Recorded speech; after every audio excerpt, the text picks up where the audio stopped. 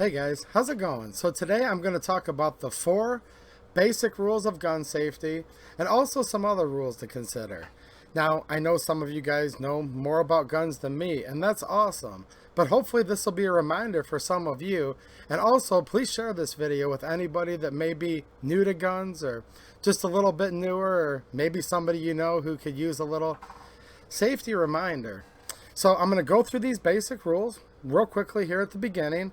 And then I'm going to go through each one in depth, and I'm going to show you a couple different ways to safely check a variety of firearms to make sure they are indeed unloaded, and give some of my opinions on these fundamental rules of safety, which I'm going to emphasize right away. These are very, very important. This is of the utmost importance. I mean, we're literally talking about potentially life or death situations. So the 4 primary rules of gun safety are: number 1, treat every firearm as if it were loaded. Literally, even if you know it's not loaded, still treat it as though it was loaded. Number 2, never point a gun at anything or anybody that you are not willing to destroy. Number 3, keep your finger off the trigger until you're ready to fire. I know you've seen a million movies that show otherwise. Don't do it. Literally, keep your finger off that trigger until completely ready. Now, then, once we've acquired our target, we need to be sure of what is in front of our target, what our target actually is, and this is one people forget sometimes. Make sure you know what is behind your target. Very important. Now, there's a couple other things that you should definitely keep in mind too, and strictly adhere to. First of all, you need to know how to use the gun safely, the particular one that you're getting ready to use at any point in time. They're not all the same. Second of all, you need to make sure that your firearm is safe to operate. You can hurt yourself from a gun that malfunctions in many different ways.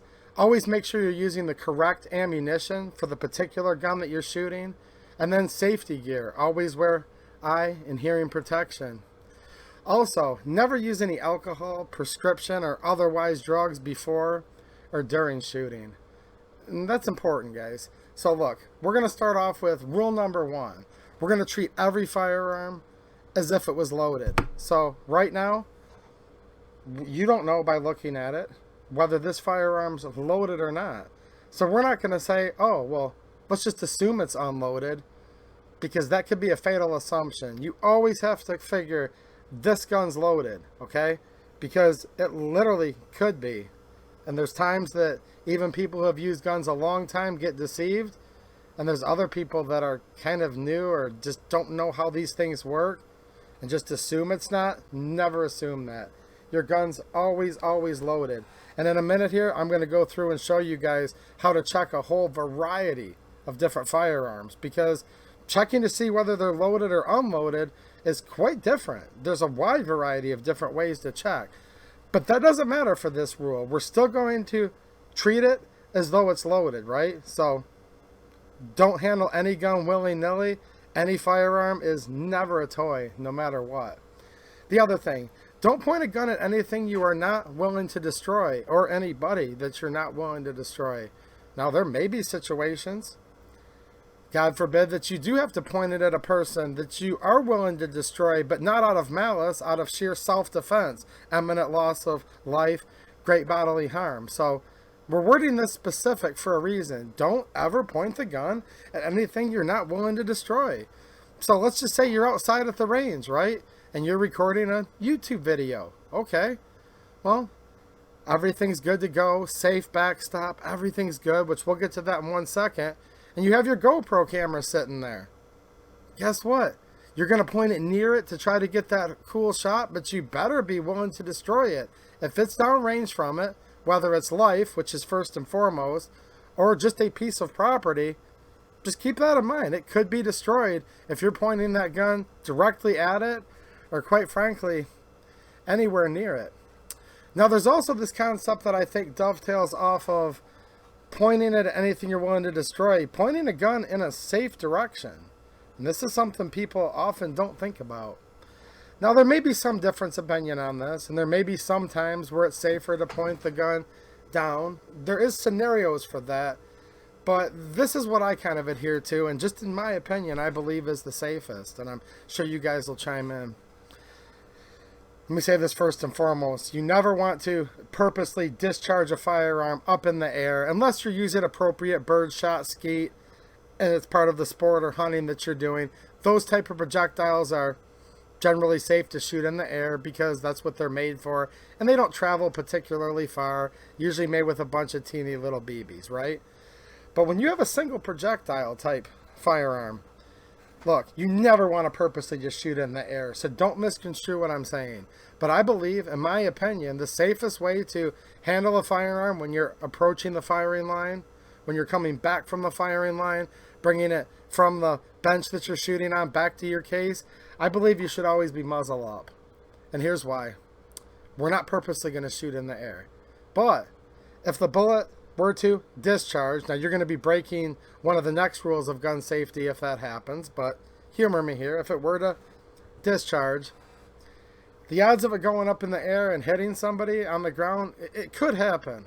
And it has happened before. Although, much less likely in many cases than if you were to shoot down at your feet, accidentally, but accidents happen, and there's a big piece of fieldstone, boulder, piece of metal right below the surface of the ground. You could easily get a ricochet, which could maybe hit you. It could be a sideways glance towards one of your friends, you know, people that you're shooting with there at the range. So, in my opinion, when you're handling the firearm to and from the firing line, things like that, I always like muzzle up. Now keep in mind, think about this, and this is something I see happen so often. So somebody will shoot their shots at the range, okay? Nice safe direction, they know their target, they know what's behind it, everything's good. But then they come away from the firing line and they go, look guys, look what I did, and they're doing one of these. Now what I didn't tell you is there's 5 friends to their left. That's called sweeping somebody. Now you're actually pointing the gun, whether you realize it or not, at something that you don't intend to destroy, correct? So if we're coming back from the firing line, my muzzle's up, I need to present this gun down on the bench, probably just set it down like this, where it's still facing downrange. Now, I need to unload it and take it back to my case that's 5 feet behind me, and I do need to position the firearm. Okay, stop. Go in slow motion. There's no contest on how fast you can run back to put your firearm away. I'm going to look to my left. There's 5 friends there. I look to my right. Nobody's there. I'll gently set it down and move it over to the right, and then set it down behind me if necessary. It's just common sense stuff, but think about it. You guys have all seen this before at a gun shop or a range where the person's going, look, dude, hey, man, look what I just did. They're pointing a gun at them, so don't do that ever. Now, this kind of goes right to the next thing. Keep your finger off that trigger until you're ready to fire. We've all seen the movies before, guys. We've seen it, and this is terrible, the example that movies set for new gun owners that just don't know the difference. The guy's running around, let's just say it's a detective scene, and he's sulking around the corner looking for the criminal, and he's running around like this. Don't do this. That is not the proper way to walk around with a firearm when you're approaching the firing line, the bench, whatever the heck it is you're doing. You were just looking at your gun in the den, and now you're going to retire it to the bedroom safe where it belongs, say. Look, walk through the house carefully. Now, there might be an instance in your home where muzzle up might not be the best idea, because you know there's someone sleeping upstairs, and that could be an instance where it is safer to carry that pointed down. Finger off the trigger, guys. Finger off the trigger. And I'm going to talk about how to check guns in a minute and safeties. Just remember this. The number one safety for any firearm, no matter what kind of mechanical safety it has or does not have, it's your brain and obviously your finger. If your finger's not on that trigger is literally not going to get pulled. Kind of obvious, but so many people don't think about that. Now, be sure of your target. What's in front of it, okay? What your target actually is, and what's behind it. Couple quick examples of that. Know what you're actually shooting at. Don't just assume all of a sudden that, oh, hey, look, I see a shadowy figure approaching my house. It's dark. There's not good lighting. Don't just assume that's a bad person and start shooting away at them. It could actually be your father coming over because for some reason the cell phone call wouldn't go through to tell you that mom's been injured in a bad accident and he's coming over to let you know in the middle of the night. That's actually a true story that happened where my mom was actually injured years ago, and my dad tried to call my brother to let him know that she was in intensive care in the hospital. And yes, she did make it, guys, fully recovered, if anyone's wondering. But we didn't know if she was going to make it through the night. And my dad went to my brother's house, and he called him, and he called him, and he didn't answer the phone. He knocked on the door. He didn't answer the door. My dad had to break in to my brother's house to let him know that you need to rush to the hospital right now with the chance that you might not get to see mom alive again. So I'm telling you guys from my own personal experience, that stuff does actually happen. Now, if my brother had just pulled a gun out and started shooting at whatever came into his house before he knows what it was, he would have killed my dad while mom was in intensive care.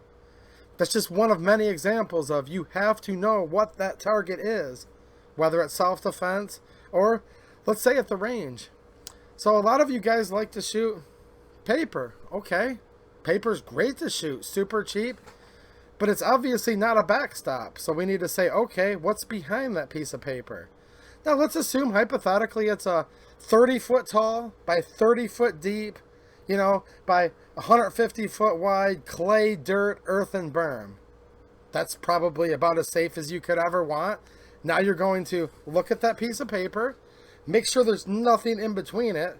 Even during ceasefires, I've seen random stuff like animal runs across the range, person that obviously has no concept of safety walking out to the range to get their target. This has actually happened. I know some of you are shaking your head saying, dang it, that happened at my gun club once. This dude just started walking to get his target right during live fire. So look, there's nothing in between you and the paper. Kind of look around a little bit. There's nobody coming or going in front of your field of view, right? Okay. There's this huge earthy clay berm behind you. All right. Now we can actually safely shoot at that target. We know what it is. It's a piece of paper. There's nothing in front of it. We know what's behind it.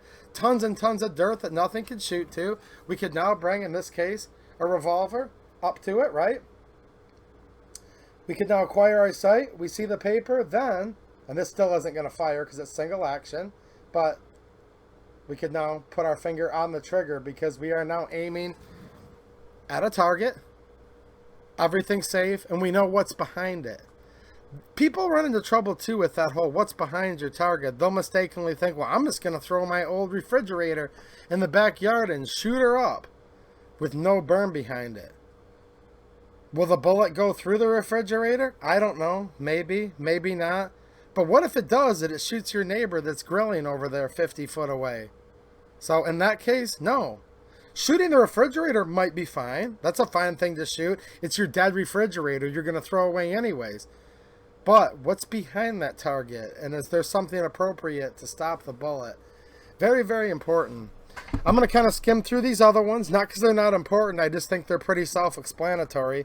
And then I'm going to go through and show you actually different ways to check some different firearms to see if they're loaded or not. Know how to use the gun safely. This could be from a friend that you trust, a family member, maybe a YouTube video. I do a lot of videos trying to help people with things like this. But whenever I do an unboxing and initial review, I always say, read that owner's manual. It's going to start off, at least in this case, with the tourist manuals. Safety, safety, safety for the first few pages, right? It's also literally going to tell you how to use it, what the safety systems are, and just how the firearm functions. And the more you're familiar with how it functions, the safer you're going to be, in addition to all of these other rules of safety, right? Make sure the gun's safe to operate. This may apply to a used gun, especially a particularly old one, antique milsurp. That may be a little bit trickier, and you might not know yourself, but again, your local gun shop, your local gunsmith, they usually offer that service where they'll just do an inspection and they'll tell you for a nominal fee whether it's safe to shoot or not. If you don't know, maybe that's a good idea to ask a professional when it comes to something like that, right? Use the correct ammunition for your gun. Now, in many cases, the wrong ammo just won't fit. But once in a while it will. Quick example, in some cases, you can chamber a 300 Blackout into a 5.56 223 AR-15. That 30 caliber bullet will not go down that 22 caliber bore, but it will sometimes still go in the battery, allow you to pull the trigger, detonate, and your gun will kaboom. At the very least, the rifle or pistol, whatever it is, will be destroyed, or it could have great bodily harm or possibly even death. So correct ammunition, very important. To a little lesser extent than that, but in some cases just as crucial, you may have plus P ammunition and your firearm might not be rated for that. You might have an old-fashioned 38 special revolver that's not plus P rated, and if you load an ultra hot plus P rated 38 special in there, could cause damage to the firearm and possibly to you, and that would apply for any type of firearm. Make sure it's plus P rated, and I've done videos yet again with many Taurus pistols addressing that exact topic. You're going to wear your eye and ear protection. That's obvious, guys. Just a piece of hot brass. The bullet itself, if it hits your eye, obviously, but that's not... Look, if you're shooting in a safe direction, safe backstop, probably won't happen. But you could have, if you're shooting like a steel target, for example, you could have a little bit of spall, it's called, like the jacket. A little piece of jacket could come back. Not enough to hurt you, really. It might feel like a bee sting. I've had it hit my bare arm before, and it feels like a little wasp pecked me. If that hits your bare eyeball, that could cause instant blindness. A piece of hot brass could cause eye problems. So wear your eyes. There's some cases where you can't. I get it. If your glasses are fogged up so bad and you need to use that firearm right then and there, well, probably better to use it without the safety glasses. In my opinion, there's always a different scenario. You'd have to be there to know what I'm talking about exactly. But probably more important to make sure you can acquire that target. So sometimes, hey, you have to rip your glasses off to make sure that's really a bad guy and that's your father coming over to give you an urgent message. So there you go with that. But generally, always wear eyes and ears. Look, hearing loss is cumulative, and you basically can't go back. Once you start to lose your hearing, it only kind of gets worse than there, unfortunately. So definitely. Look, alcohol, prescription drugs, I'm not a doctor, but I think you guys know what that means. Don't go out there if you're high, drunk, wasted, buzzed, any of those types of things. I don't know. Can you take a prescription ibuprofen and shoot? Just my personal opinion, probably. But there might be other prescription drugs that say don't operate machinery. Don't be around heavy equipment. Maybe that's the type of drugs that you should kind of shy away, you know, until your dose wears off. So, but you guys probably know better on how different drugs and prescriptions interact with your body than I do, but that's kind of self-explanatory. Now I'm just going to go through a few firearms because we're going to treat them as if they're always loaded, but we do need to check and make sure they're unloaded before we do things like put them in a case, okay? Now obviously you're carrying it on your person for concealed carry. You probably do, and in most cases you want it to be loaded, both in the magazine and chamber. Some of you guys don't like to carry in the chamber. That's not what this video is about, but you do at least want it loaded in the magazine. But let's say instances where you do not want that firearm loaded no matter what. Back to rule number one, though. We have to keep remembering that you're still going to treat it as though it were loaded, and you're still not going to point it at anything you don't intend to destroy, even once we're 100% convinced. But there's times we need to unload the gun for different reasons, taking it apart to clean it, putting it in the case. Your friend might just be hanging out. Hey, man, let me see that G3. Don't point it at it when you hand it to him, okay? If he's off to your right, we're going to check to make sure that it's empty, okay? And you probably want to keep the muzzle up, present it to him in a manner. Look, I'm still holding it with two hands here, so where he can kind of grab it like that. Don't do the whole, here, buddy, take this. I've seen this happen before, guys. By the way, where I'm filming right now, there's nobody around, nobody in the building. I do actually know what's behind my camera and what's behind this wall and even what's outside. Just to let you guys know, because this always matters, even when you're filming a YouTube video. So, the G3. So, right now, let's just assume I didn't just do that and show you, is it loaded or not? I don't know. Well, there is a loaded chamber indicator, and you could look in there, and you could probably maybe see if there's a piece of brass or something in there. But look, that's just like barely where you might start. That is not clearing this weapon to see if it's loaded, trust me. I'll tell you a couple reasons why. You may have a brass round. You may have a steel case round like this that has kind of a greenish lacquer tint to it. It may be more of a gray like that. And they're kind of uncommon, but there's actually ammunition where the casing itself is black, which would probably be almost impossible to see through that hole. So look at your loaded chamber indicator, especially if it's a peephole. This is a convenience. It's a useful feature to have. It does not tell you this firearm's unloaded no matter what. So with this being a semi-automatic pistol, it has a feeding device, okay? And that's the magazine. You could do it in the opposite order, but this is how I usually do it. I will, still in a safe direction, rack the firearm back and held open on an empty mag. I'm going to peer in here. Some of this you guys won't be able to see from your angle. Taurus has a nice yellow follower. All right, let's get that mag out of here. This mag is empty. Period. You can just see it. We're going to set that aside. Now I'm going to take and just kind of take a peek in there. Lighting conditions are very good here. And I'm going to look in what's called the chamber of the barrel and see if I see anything in it at all. I do not. I just see a hole. I don't know if you guys will be able to see that. It's just the way the lights shadow. You're not going to be able to. But I'm going to show you something. This is a Taurus barrel. So you're going to look through the open slide. If you see this, we're empty. If you see anything like this, obviously not. Now, as easy as that brass was to see, you can still see this. It's a little harder, isn't it? See what I'm saying now? Take a good look. If you can't see because there's not good lighting, keep the gun safe. Maybe a flashlight's needed. I don't know. You just have to think about your situations, though. In this case, I can verify this is completely empty. I'm going to hit the slide release. Look where I'm keeping my finger the whole time, off of the trigger. I'm the only one in this building. I know I am. I'm still keeping it up on an angle. I have a concrete floor here. I know it's unloaded. We just verified it. I'm still not going to aim to the ground because if I did, and the gun did somehow have a round in it, I don't want to shoot concrete at point blank range right in front of my feet. Bad things could happen. So there you go. Semi-auto. We're going to check the magazine. We're going to check the chamber. Most firearms have it where the slide will hold open. If not, you may find yourself in a situation where you have to manually keep it open. Look. Now, hand it to your friend. Or if your friend hands you a gun. I don't care if you just watch them do everything I just did. Okay? Check it yourself. So let's just pretend 2A EDU handed this to me. Alright, you just saw me clear it, dude. You're good. No, I'm not. You can do this rather quickly. Alright. Now I'm good. Now if I want to dry fire, I'm going to point at something in a safe direction, knowing what my target is. Now look. I don't want to destroy what I'm pointing at right now, okay? But if I did, I'm willing to take that responsibility. That is why I just chose to pull the trigger. Now look.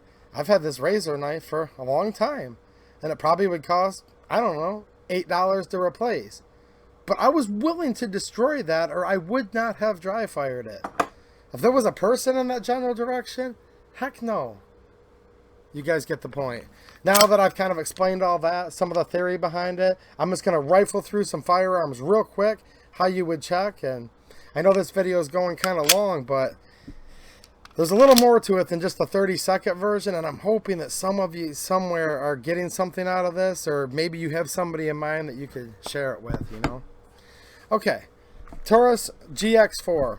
One more real quick thing before I go to the GX4. This G3 has a manual safety, okay? The safety is engaged. It's a frame-mounted safety right here, okay? Guess what? Still keep the muzzle pointed in a safe direction. Still, don't pull that trigger until you've acquired your target, know what's behind it, and make sure you're willing to destroy whatever you're pointing at. Even though we know we're unloaded, we're still going to treat it as loaded. Oh, the trigger won't pull because the safety worked. I'm going to take the safety off and dry fire. Do not ever point a weapon, a firearm, at anything you're not willing to destroy, even with the safety on, because it's a mechanical device and it can fail. It can fail, and when we're talking about potential loss of life, don't even think about relying on that. Period. I told you what your safety is. Your safety is right here and right here. Now let's move to the GX4.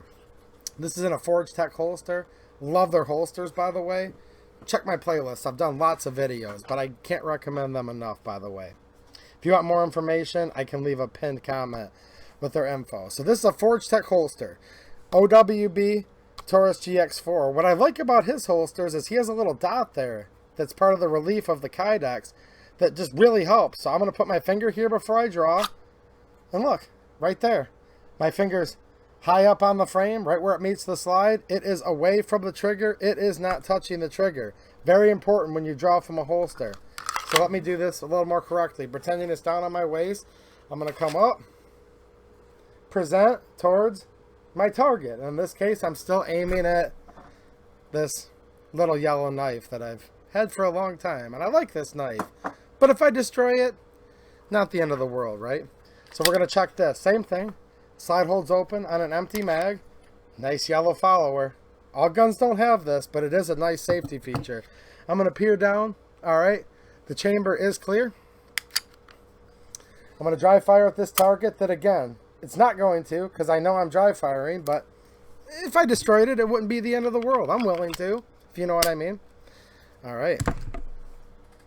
Let's go with something a little more old school. And I'm going to kill two birds with one stone here. This is the Polish P64. Now, this is not a regular one. It looks all funny. It has stuff cut out of it, right? I can't pronounce that. Help me out, people that speak Polish. But I know it translates to school. This is a school pistol that was used by Polish military troops as a training aid. So hold on a minute. Is this a real gun or is it not a real gun? Well, it's both. It is a real gun, but this gun cannot fire. Like, it doesn't have a firing pin. It has a big hole drilled, right, through the barrel. We're still going to treat this as a real gun. I don't care if it's a prop gun. I don't care if in this case it's a school or training gun. We're still not going to point this thing at anything we don't wish to destroy, because then we're not going to destroy it, right? So this is a double action, single action. We can still cock the hammer back. Am I just going to dry fire this thing right away? No, of course not. Back to what I said. We're still going to look at it regardless if this is a training pistol or not. So I'm going to pull the slide back. This does hold open on the last round. This has more of the European style heel magazine release. Kind of a pain, but it works good. Okay. This magazine is empty. Now I'm going to take a peer here in the light. Make sure. This one's really, really casting a shadow, guys. See what I mean? Alright, now, like nothing. I can definitely see down there. Hey, I know it looks corny. Nobody's going to accidentally have a round in the chamber of this gun, though, when I just shine the flashlight in there. Alright. Now we're going to acquire our target, which is still that razor knife. Alright, test the double action out. You have to eat your Wheaties. It's like a 40-pound pull on a Polish P64. I'm going to show you guys something here. It's cocked. It's in single action. Okay. This has a red button, which means hot. That means fire. Go. This has a safety decocker. So I'm going to push this down. I'm going to decock the firearm. Never, ever, ever, if your firearm has a decocker, don't even think about pointing at anybody, period. But especially not when you're decocking. Some old military surplus firearms, when you decock them, they have been known to go off just from the act of decocking. Now my safety's on. Okay. Still pointing it in a safe direction here. Trigger's dead, and it's a school gun. But I wouldn't even consider. Safety on, holes drilled in it, no firing pin. I'm not going to point this at anybody. Are you kidding me? Don't even think about it. Now, other ones get a little trickier to see if they're loaded or not. We just showed you a couple different semi-autos, old and new. Here's a revolver. This being a Smith & Wesson. Now, this is also going to be double action, single action. So, you might think to yourself, well, hold on a minute.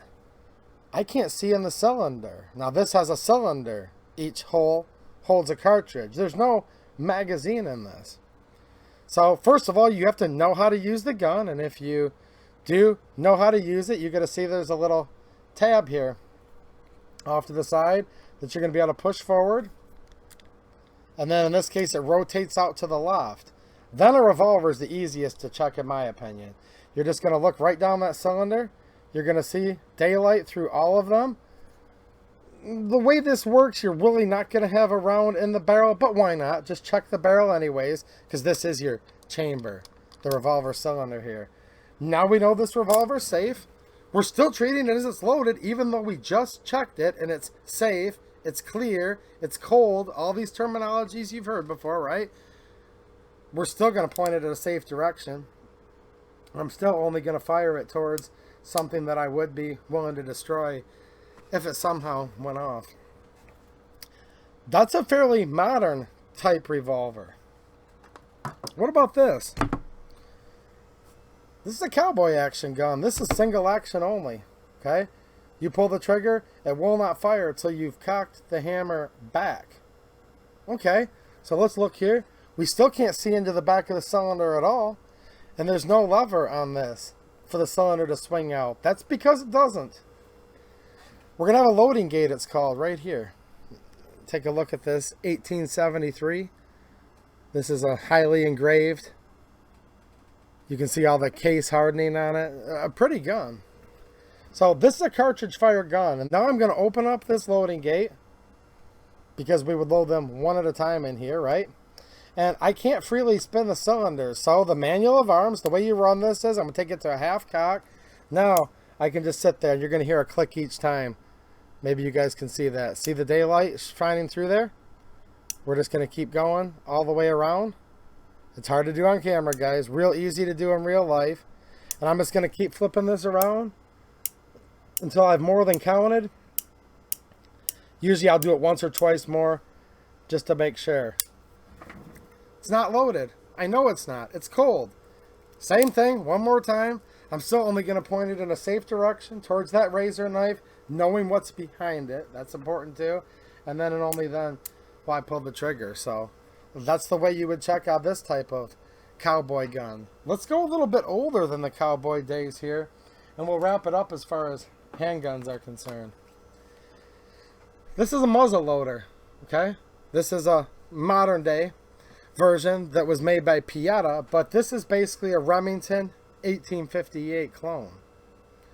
This shoots literally a ball, black powder, and it fires via a percussion cap. So let's hold on a minute. The Smith & Wesson, we pushed a button and the cylinder just swung out to the side, easy enough, and that's the easiest way. The 1873, which shoots modern centerfire ammunition, we had to open up that loading gate and just check it one at a time. This one doesn't have a lever on it anywhere. Okay. It also doesn't even have a loading gate. Well, that's because this doesn't shoot complete cartridges. This shoots the individual components, and it's not quick to reload these at all. But the same principle is going to apply. We're still going to be able to bring it back on half cock, and we're going to spin it. Now, you're not going to be able to see through this cylinder. You just can't, because of the way this works being a muzzle loader. But you are going to see what's called a nipple. It's a little round piece that's kind of sticking off the back. I think you guys can probably just barely see that a little bit. It's just like literally a little tit that sticks out with a hole in it. That's because you have to put a percussion cap on there on each hole, and that's what's called capping, or in other words, priming that hole. So for a muzzle loader, if you were to run into these, what's considered unloaded is if there's no cap, and you'll be able to see that percussion cap. It's really hard just due to all the angles when you're doing this to see it, but there you go.